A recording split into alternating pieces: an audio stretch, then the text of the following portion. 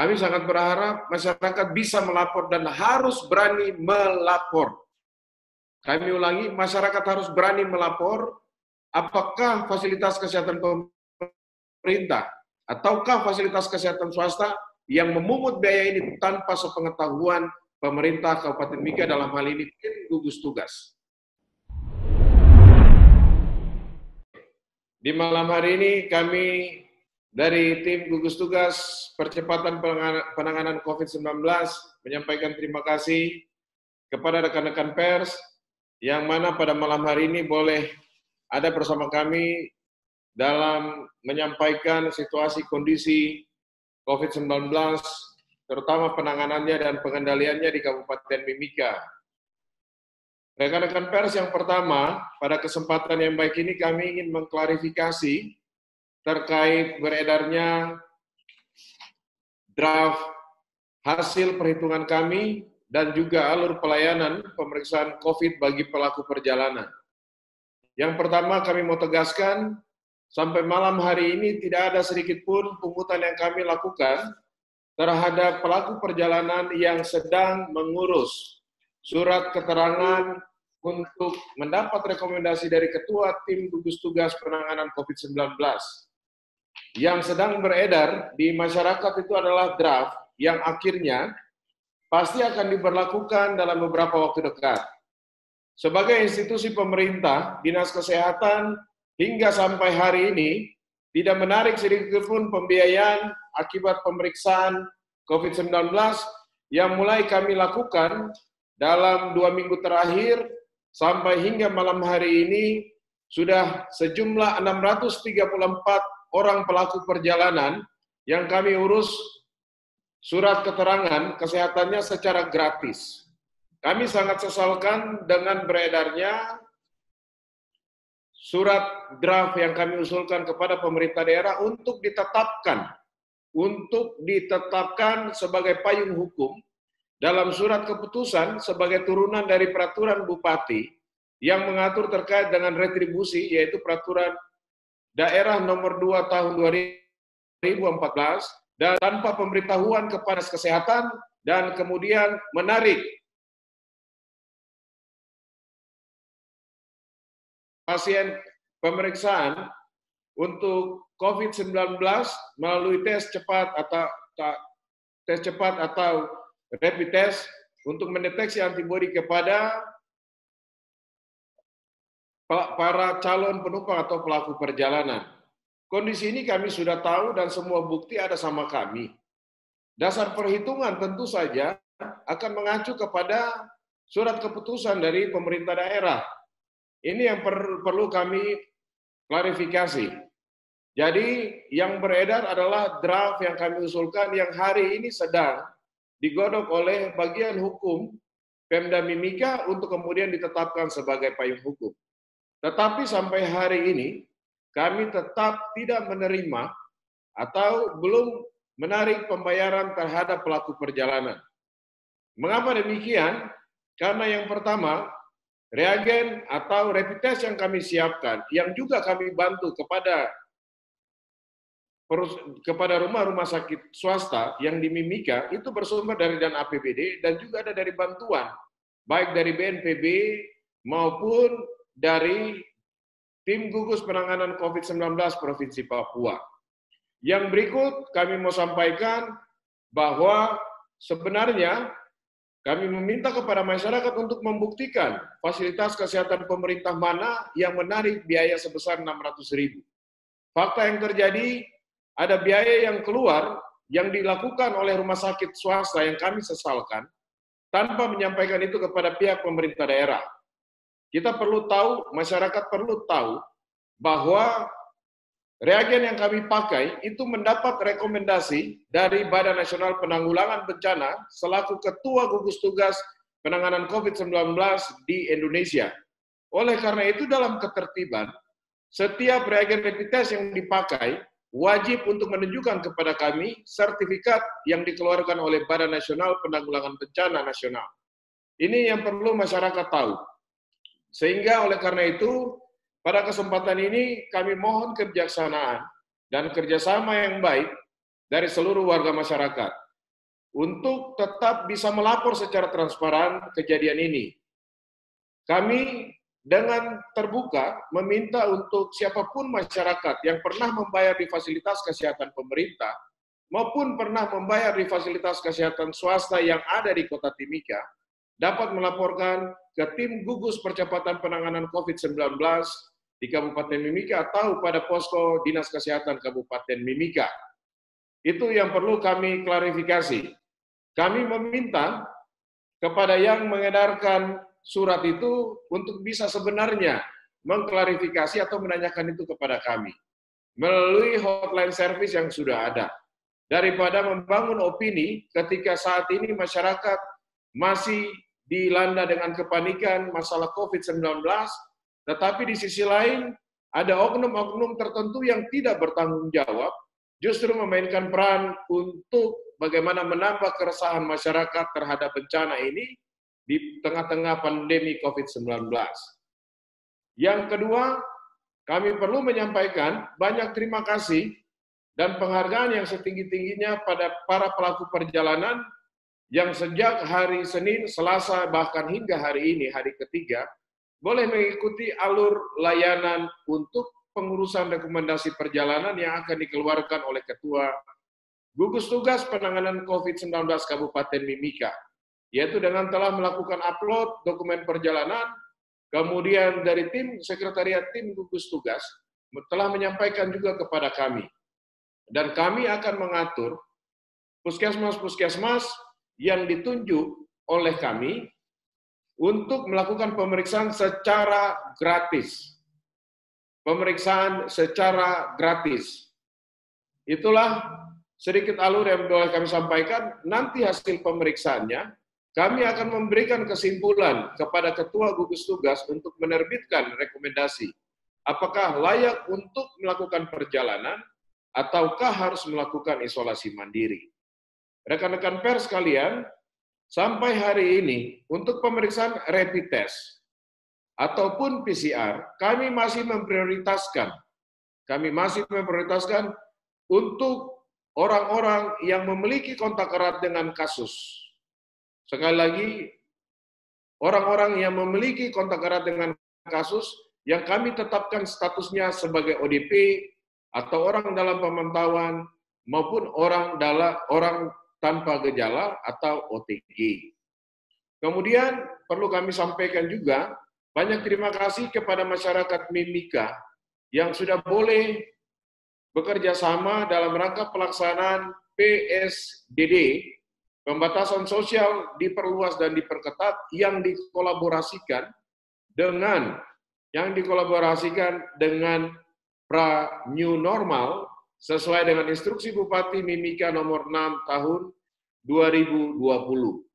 Hal yang membahagiakan dari kemarin sampai hari ini, yaitu jika pada tanggal 9 Juni, dari 8 titik, secara keseluruhan jumlah orang yang dilakukan tes cepat antibodi yaitu berjumlah 368 orang, dan secara keseluruhan yang positif adalah 12 orang yang ditemukan positif, atau sama dengan 3,26%.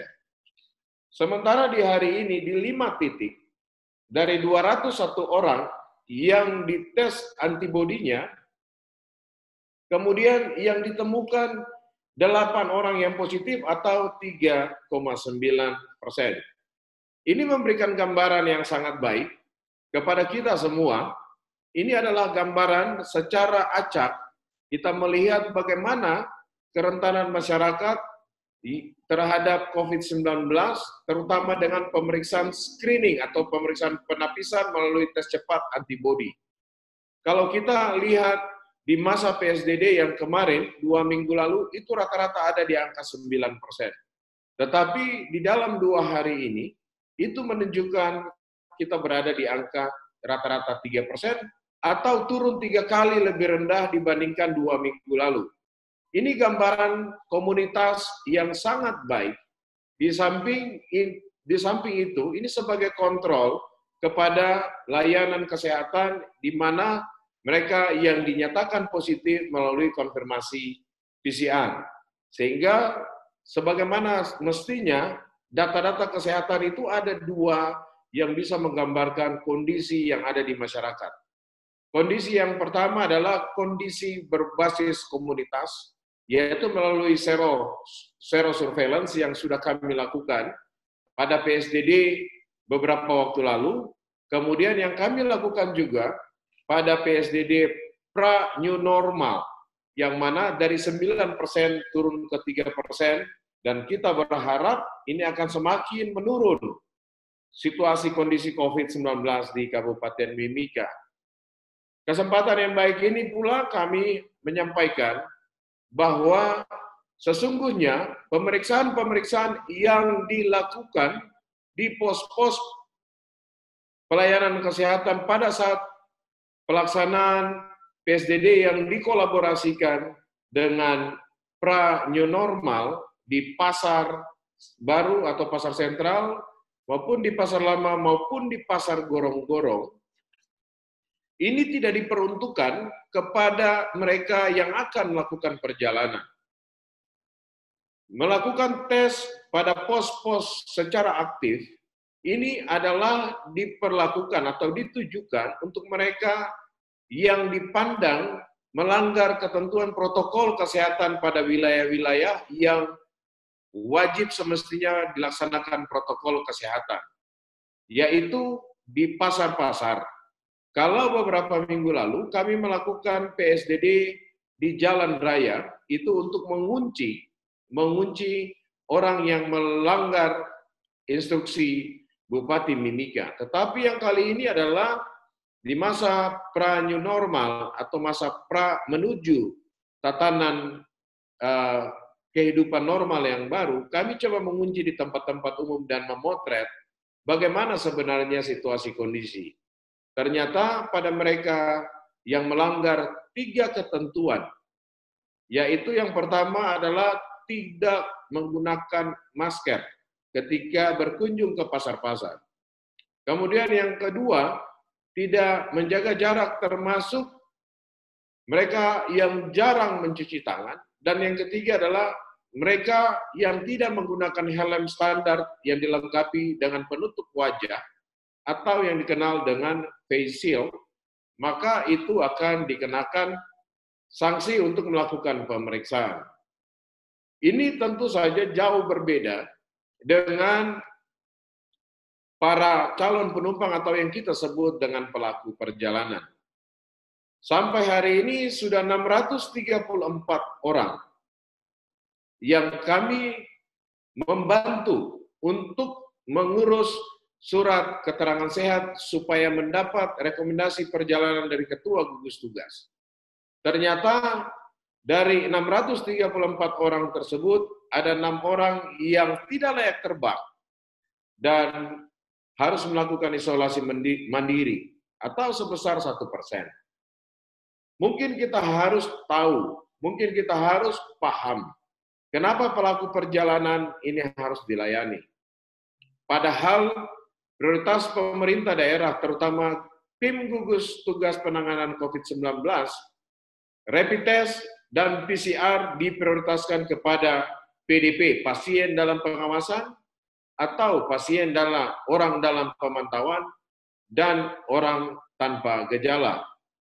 Namun, sebagaimana kita ketahui, sejak tanggal 26 Maret lalu, banyak pelaku perjalanan yang sebenarnya terkunci atau tidak bisa kembali ke daerah asalnya karena di Provinsi Papua diberlakukan pembatasan sosial, termasuk pembatasan penerbangan yang hanya bisa melayani adalah logistik, bahan obat-obatan, maupun tenaga kesehatan serta tenaga atau aparat keamanan untuk membantu penanganan di situasi pandemi saat ini. Sehingga orang-orang tersebut lah, sebagaimana instruksi Bupati nomor 6 tahun 2020, ada kebijakan Pemda Mimika untuk mengembalikan orang-orang ini ke daerah asalnya dengan menyiapkan rapid test yang murni berasal dibiayai oleh APBD Kabupaten Mimika. Oleh karena itu sangat disayangkan jika ada oknum-oknum yang tidak bertanggung jawab, kemudian menggeser isu ini, supaya menimbulkan konflik di tengah-tengah wabah pandemi COVID-19. Itu yang perlu kami sampaikan. Itu beberapa hal yang bisa kami sampaikan kepada rekan-rekan pers. Kami memberikan kesempatan kepada rekan-rekan pers. Jika ada yang ingin menyampaikan pertanyaan, kami persilakan lebih kurang sampai 15 menit ke depan. Terima kasih. Pak Rey, ini agak keluar dari yang disampaikan awal tadi. Hanya kami meminta konfirmasi saja apa benar. Ini sekarang banyak keluhan masyarakat yang dari luar Timika, yang merupakan warga Kabupaten Mimika yang hendak kembali ke Timika. Itu selain diberatkan dengan biaya tiket yang cukup mahal, juga itu di tempat harusnya yang berangkat ke Timika itu hanya kalau sesuai aturan, sesuai instruksi yang dikeluarkan oleh pusat bahwa hanya rapid test. Tetapi khusus untuk Papua, lebih khusus Timika itu harus pakai PCR atau swab. Swab ini yang kemudian biayanya dari daerah asal sana, mungkin dari Jakarta, bayar. Kalau satu contoh Makassar ya, itu tes untuk PCR-nya itu 2.500.000. Nah ini mungkin apakah tidak ada sedikit kebijakan yang memang diambil oleh pemerintah provinsi maupun pemerintah kabupaten dengan adanya pemberatan untuk warga Timika yang hendak kembali ke Timika. Kalau untuk Timika, kami sudah tahu bahwa untuk keluar hanya rapid test, kemudian bebas pembayaran. Mungkin ya Pak, itu bisa dijelaskan. Saya langsung jawab, Pak. Ya. Yang pertama, mari teman-teman wartawan kita lihat, kasus COVID-19 itu dimulai atau diawali dari siapa? Apakah dari masyarakat yang dari kampung ke kota Timika, ataukah masyarakat dari kota-kota besar di mana terjadi transmisi lokal? Itu yang pertama. Yang kedua, kita lihat sampai hari ini di DKI Jakarta masih menggunakan standar golden check adalah PCR. Pak Rey, mohon maaf Pak Rey, saya potong aja. Bukan persoalan PCR. Oke lah, kita ikuti aturan itu. Tetapi mungkin kebijakan yang memberatkan dengan harga biaya PCR di luar itu 2,5 juta. Yang hendak ke sini, sementara tiket dari Makassar ke sini 2,8 juta. Apakah tidak ada kebijakan pemerintah daerah atau kemarin solusi-solusi lain supaya ada keributan? Pertanyaan saya adalah, mulai dari awal COVID sampai hari ini sudah berapa uang yang dihabiskan oleh pemerintah daerah untuk satu kasus import yang pertama kali masuk di Timika? Sekarang kita memilih kelompok yang berisiko yang datang membawa kasus COVID-19 di Timika adalah pelaku perjalanan. Kan gitu. Saya mau sampaikan bahwa PSDD di hadapan masyarakat. Satu kasus memberikan efek sosial, efek politik, efek ekonomi, efek kesehatan. Jadi, instruksi Bupati harus dilakukan, saya pikir akan dievaluasi. Sekarang kita mau memberatkan pada biaya pemeriksaan orang per orang yang memang harus datang ke Timika, yang bisa dipastikan clear dari COVID-19, ataukah kita tetap membuka ruang supaya kasus impor dari luar Timika tetap. Satu kasus COVID-19 terkonfirmasi pada tanggal 25 Maret 2020, bagaimana berdampak sampai hari ini. Apalagi kalau sudah sampai di daerah-daerah terpencil. Yang saya menurut kami tidak ada persoalan untuk harus memang PCR untuk artinya mencegah munculnya karena pengalaman case-nya impor dari luar. Tapi tidak ada solusi atau kebijakan yang bisa membuat untuk ke daerah lain tidak memperlakukan biaya PCR yang begitu besar, 2,5 juta setiap orang. Dan itu warga Timika yang sudah 4 bulan lebih di luar Timika. Mungkin kalau persoalan oke lah untuk soal harus begini, Pak. Yang saya mau tanya, angka 2,5 juta itu pemeriksaan yang dilakukan di mana? Dari Makassar, Pak Ray. Nah, kalau begitu tanya di pemerintah Kota Makassar atau pemerintah provinsi. Karena angka yang kami juga menghitung itu mulai dari bahan medis habis pakai, hazmat, dan muanya penyakit ini penyakit paling mahal, Pak. Nah, jika kalau misalnya itu keberatan 2,5 juta dan itu tidak ditanggung atau tidak dibiayai oleh pemerintah Kabupaten Mimika, maka pengajuan keberatannya disampaikan kepada daerah asal. Berita yang online yang beredar itu kan pemerintah pusat memperlakukan hanya penerbangan itu transportasi udara ini lewat rapid test. Khusus Papua dan Timika itu harus PCR. Tetapi kami sependapat kalau memang untuk dalam rangka pencegahan datangnya kasus-kasus baru. Maksud saya, apakah memang Papua atau Timika ini tidak ada punya kebijakan untuk artinya mungkin selain mungkin PCR yang begitu mahal, mungkin setelah tiba di sini mungkin bisa melalui PCR, tapi mungkin dari kota luar itu dia hanya pakai rapid test.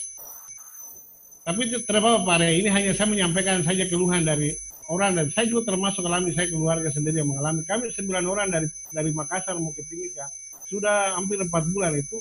Tadi malam ini hanya dari 9 orang, hanya 2 yang kami berhasil, karena kami mengambil 2,5 dia punya PCR, sama 2,8 tiketnya untuk tanggal 15. Kami pendapat untuk tetap memang kita harus selektif untuk membatasi supaya, tapi mungkin ya ini keluhan dari masyarakat dan warga, dan saya juga sendiri keluarga Melayu. Saya pikir begitu Pak Are.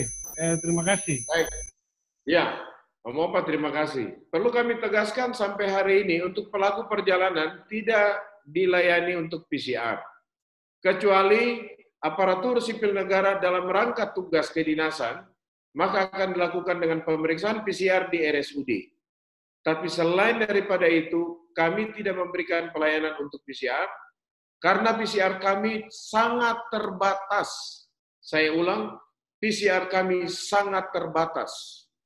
Dan hanya kami peruntukkan untuk sekian ratus orang yang sedang dirawat, yang harus dikontrol di pemeriksaan ulang, supaya bisa sembuh. Jadi, pada kesempatan yang baik ini ingin kami sampaikan, buat para pelaku perjalanan yang ingin melakukan pemeriksaan PCR di Mimika, tidak ada. Kecuali untuk aparatur sipil negara dalam rangka kedinasan. Itu pun setelah mendapat persetujuan dari Ketua Gugus Tugas COVID-19 Kabupaten Mimika. Mungkin demikian. Om Opat, terima kasih. Berikutnya. Selamat malam, Bre. Om Deddy, selamat malam. Ya, pada yang pertama, sanksi apa yang diberikan pihak tim gugus tugas kepada petugas-petugas yang menagih biaya TCR itu? Siapa yang diberikan? Baik, Pak Deddy, terima kasih. Yang jelas, sanksi yang akan diberikan setelah nanti kami akan melakukan evaluasi, didukung juga oleh laporan dari masyarakat. Kami sangat berharap masyarakat bisa melapor dan harus berani melapor. Kami ulangi, masyarakat harus berani melapor apakah fasilitas kesehatan pemerintah ataukah fasilitas kesehatan swasta yang memungut biaya ini tanpa sepengetahuan pemerintah Kabupaten Mimika, dalam hal ini tim gugus tugas. Dan karena jam 8, kami akan melakukan pertemuan dengan tim gugus. Saya minta diri dulu. Saya pamit. Terima kasih banyak buat teman-teman pers. Kerja Anda semua hebat. Saya senang sekali. Kita adalah tim kerja yang sangat solid dan sangat kompak. Terima kasih buat Dinas Kominfo Kabupaten Mimika, yang mana di malam hari ini juga sudah boleh memfasilitasi pertemuan ini.